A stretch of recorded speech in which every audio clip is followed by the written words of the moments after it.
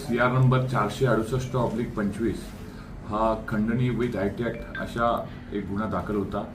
त्याच्यामध्ये माननीय विधानसभाचे एक सदस्य यांचे तक्रारीवरून त्यांना अश्लील मेसेज प्लस काही पैशाची डिमांड अशा पद्धतीचा गुन्हा त्यांच्या तक्रारीवरून दाखल होता। त्या गुन्ह्यामध्ये चंदगड कोल्हापूर येथून एक आरोपी ताब्यात घेण्यात आला आहे। त्याने गुन्ह्याची कबुली दिली आहे। या गुन्ह्यामध्ये तक्रारीप्रमाणे हकीकत अशी होती की हा जो आरोपी आहे तो विविध मोबाईल नंबरवरून विविध लोकांना महिला असल्याचं भासून त्यांना विविध अश्लील फोटो पाठवायचा, त्यांच्याशी महिला आहे असं म्हणून बोलायचा आणि पुढे त्यांच्याकडे पैशाची मागणी करायचा। अशा पद्धतीची मोडस त्या गुन्ह्यामध्ये त्या आरोपीने वापरली होती। सन्माननीय विधानसभा सदस्य यांना ती गोष्ट लक्षात आली। त्यांनी असे काही नंबर पूर्वी ब्लॉक केले, पण वारंवार त्या वेगवेगळ्या मोबाईल नंबरवरून मेसेज आल्यानंतर त्यांनी पोलिसकडे कंप्लेंट केली आणि पोलिसांनी या बाबतीत गुन्हा दाखल केला आणि आरोपीला अटक करण्यात आली आहे। सरापर्यंत पोलीस कस्टडी मिळालेली आहे।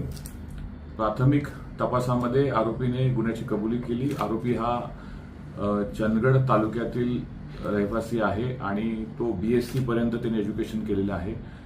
पूर्वी तो एका लोणावळ्याच्या हॉटेलमध्ये साफसफाईचं काम करायचा।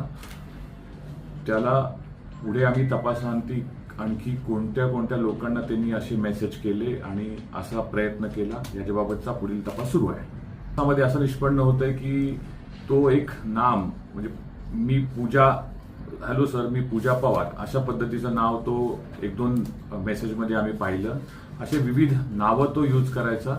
आता काही याच्यामध्ये ह्या गुन्ह्यामध्ये त्यांनी एक आधारचा फोटो पाठवला होता।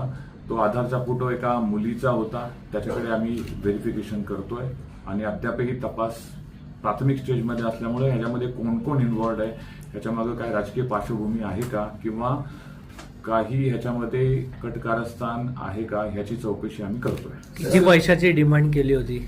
त्यांच्याकडे जवळपास 5 ते 10 लाख रुपयापर्यंतची डिमांड केली असल्याचं मेसेज आम्हाला प्राप्त झालं आहे। पूर्ण आम्ही ताब्यात घेतलेत आणि पुढे आता त्याप्रमाणे त्याचे मोबाईल सीज करून आणखी काही तपास जे काही उर्वरित तपास आम्ही करतोय। सर एकटा आहे का काही टीम आहे याच्याबरोबर? अद्यापर्यंत आम्हाला प्राथमिक तपासामध्ये तो एकटाच असल्याचं निष्पन्न होत आहे, पण तरी पण आम्ही सर्व ज्या शक्यता असतात, पॉसिबिलिटीज असतात त्या आम्ही चेक करून पुढे तपास करतोय। सीझन्ड आरोपी आम्हाला वाटलेला नाही। सर असलेले व्हिडिओ फोटो कुठून दिला?